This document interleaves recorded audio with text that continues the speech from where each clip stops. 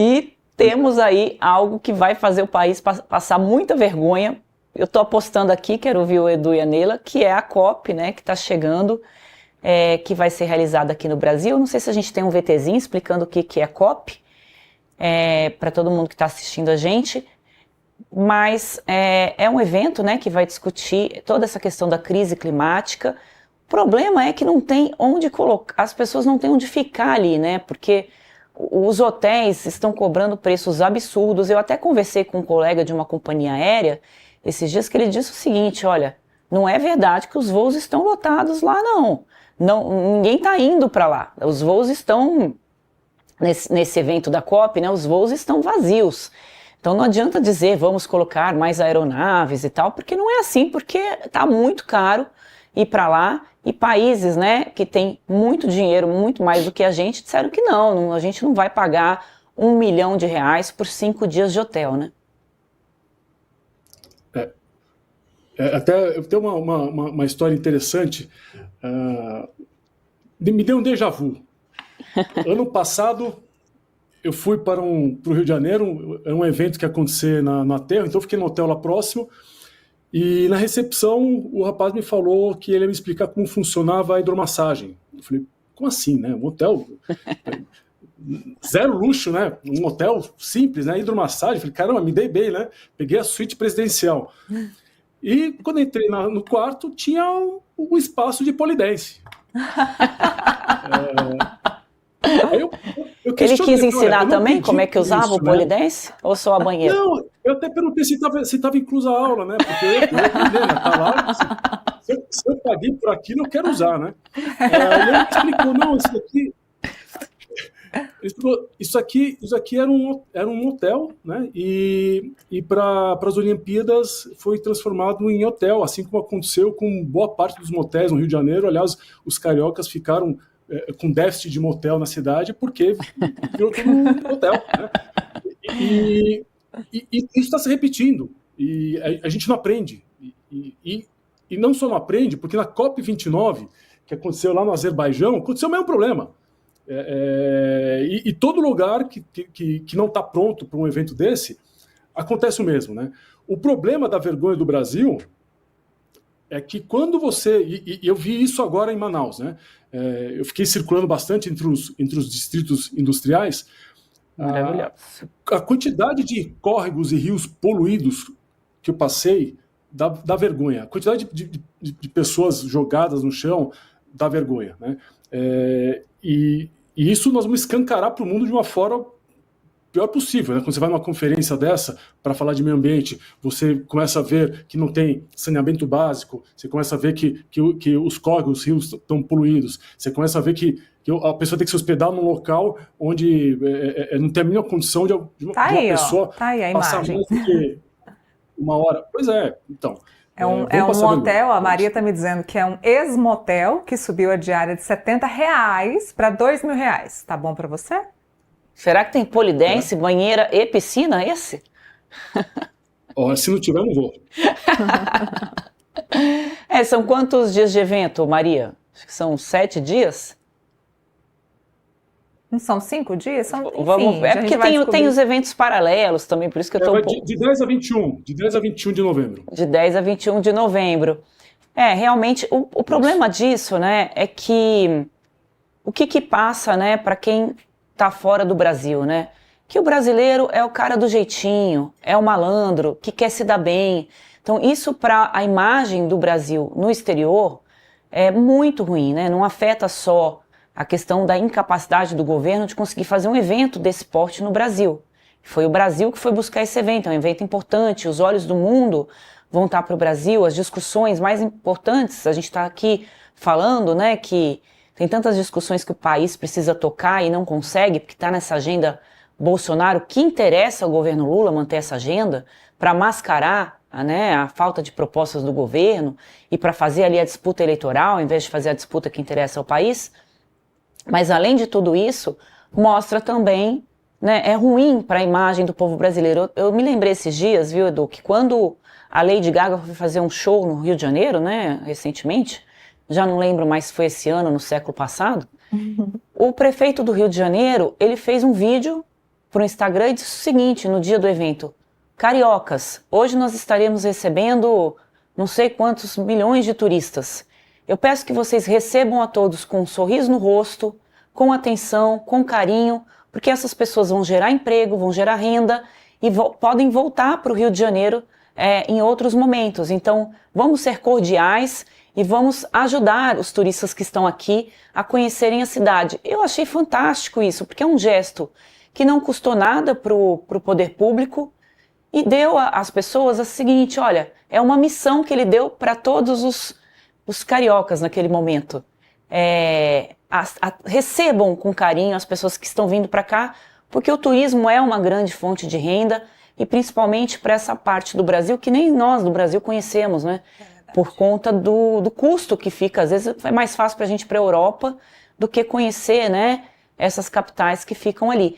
E tem um dado curioso, né? Eu já pedi para o pessoal lá de Belém me mandar a imagem, que eles colocaram árvores artificiais na cidade, né? Na cidade da Amazônia tem árvores artificiais para receber, né, os turistas que virão, se é que virão, né? Porque já tem uma comitiva aí de vários países dizendo que não vêm, que não vão mandar representantes, porque eles não vão pagar esse valor em diárias, né? Então o jeitinho brasileiro é ruim, né, Edu? Não, eles têm, a população tem duas expectativas com esse evento, né? Melhorar a infraestrutura, e 2, alavancar o turismo. O primeiro, vai alavancar, assim, a infraestrutura está melhorando em algum ponto, com superfaturamentos que já estão sendo noticiados e cada vez mais vamos descobrir, a mesma coisa que aconteceu na Copa. E segundo, você não vai alavancar o turismo, sendo que o turista não vai estar bem alocado, não vai ter uma estrutura para suportá-lo, não vai ter segurança necessária. Ou seja, é um tiro no pé gigantesco. Nós realmente não aprendemos com a Copa do Mundo, não aprendemos com as Olimpíadas. Esses esqueletos que estão espalhados pelo Brasil todo de obras que não foram acabadas. Eu fui lá no estádio em Manaus, esqueci o nome do estádio agora, um estádio maravilhoso, que está as moscas, né, usam para fazer alguns eventos musicais, culturais, tal. Sim, é ótimo, legal, mas um elefante branco gigantesco, né, a custo de qual investimento? Né? Investimento absurdo. Sendo que uma das pautas da COP30 é aumentar as metas quantificadas coletivas, que são o quê? Que é o dinheiro que está disponível, que as nações estão dispostas a dispor para o combate, quer dizer, para melhorar as condições climáticas. Sendo que na COP29 já foi um fracasso, já foi um fiasco, né? Já não foi o que estava sendo esperado, mais de 1,3 milhões de dólares, não chegando nem a 300 bilhões.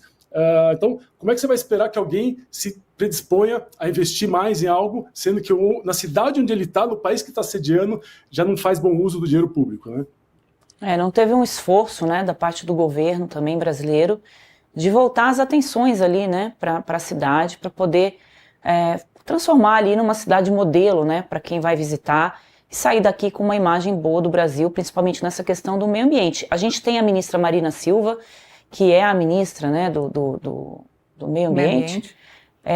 Ela está tão apagada no governo que eu esqueci até se era meio ambiente mesmo o nome do ministério, mas é uma referência internacional. O Lula trouxe a Marina para a campanha, isso referendou também a imagem do Lula, né, com o exterior, mas depois a Marina foi totalmente escanteada no governo, não consegue tocar nenhuma agenda, o ministério dela é um ministério fraco, todas as ações que ela anunciou que iria fazer ficaram no papel, vou montar o conselho disso, o conselho daquilo.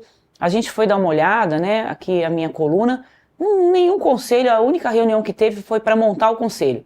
Depois daquela reunião não teve mais conselho nenhum de climático, de todos esses temas.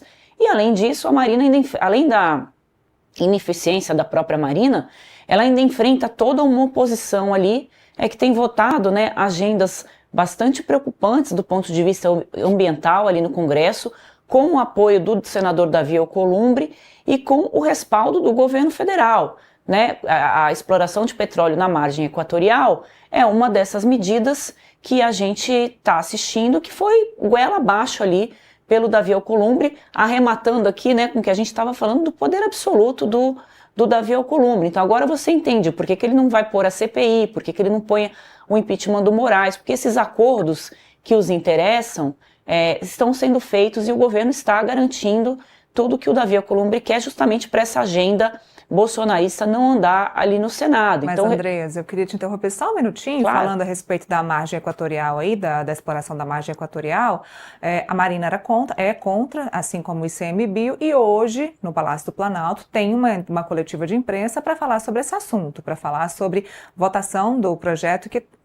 já encerrou? A produção está me dizendo que já encerrou a coletiva, então mais informações vocês conseguem no nosso portal metrópolis.com, mas o encontro era hoje no Planalto para falar justamente sobre a votação e a discussão também do projeto da exploração do petróleo na margem equatorial, o que poderia inclusive prejudicar a bacia do Rio Amazonas. Desculpa a interrupção, eu só queria aproveitar para falar super bem isso. colocado e uma reunião quentinha aí sobre isso. E tem também uma votação que o Congresso tocou, que é brechas no licenciamento ambiental, que quem acompanha a área diz que é o maior retrocesso que o país pode ter nessa questão do meio ambiente. Então, para algum tipo de licenciamento ambiental, Edu, você não vai precisar nem você só precisa ali de um documento, um carimbo, e você já pode explorar ali. É claro, a gente estava falando aqui da questão da infraestrutura, o Edu colocou muito bem, e às vezes esses órgãos travam, né, algumas obras que são importantes para o país. Mas aí o país precisa discutir isso e não tirar, né, todos a blindagem que a gente precisa ter relacionado a algumas obras para que o país também não se torne aí um país que não respeita o meio ambiente, e a ponto de até o governo norte-americano está colocando isso nas condições, né? O Donald Trump deu uma gozada ali no Brasil. O Brasil também tem desmatamento, tem incêndios, então isso aí também vou punir o Brasil em 50% por conta disso. Eu quero só saber se o Donald Trump vai vir na COP. Eu não sei se vocês têm algum palpite aí, mas vai ser interessante, né? Ele disse que não, e o presidente Lula disse que não ligaria para ele para falar de tarifaço, mas que ligaria para convidá-lo para a COP, né, Edu? Bom, pois é, eu não sabia desse poupa-tempo express para poder liberar desmatamento, né? Enfim, terrível. E, inclusive, o Instituto Homem e Meio Ambiente da Amazônia já lançou os dados que o desmatamento no Brasil, 2025, está crescendo versus 2024, que já cresceu versus 2023, né? Ou seja, em plena agenda dessa, nosso desmatamento crescendo, inclusive com denúncias de que estão desmatando algumas áreas em Belém para poder construir infraestrutura, né? Ou seja, muito... Agora, falando no Trump, uma das expectativas também desse evento, da COP30, é realmente entender o que cada país vai fazer, vai revisar das suas metas para poder fazer valer o Acordo de Paris, que foi na COP 2021, se não me engano, né? E aí os Estados Unidos, nesse ano, abriu mão do Acordo de Paris, ou seja, simplesmente o Trump falou, olha, não estou nem aí para esse tema e vou continuar investindo em combustível fóssil, ponto, né? Enquanto a China, quase 50% do investimento global em energias renováveis é feito pela China. Ok, eles poluem muito ainda não estou elogiando, né, mas acho que tem um investimento pesado nisso. A própria União Europeia está investindo demais, aliás, é o líder global em investimentos para poder realmente reduzir os impactos. Eles, se não me engano, acho que 45% da eletricidade da União Europeia vem de fontes renováveis, né? Enquanto isso, os Estados Unidos simplesmente falam, tchau, não estou nem aí para isso. Ô, Edu,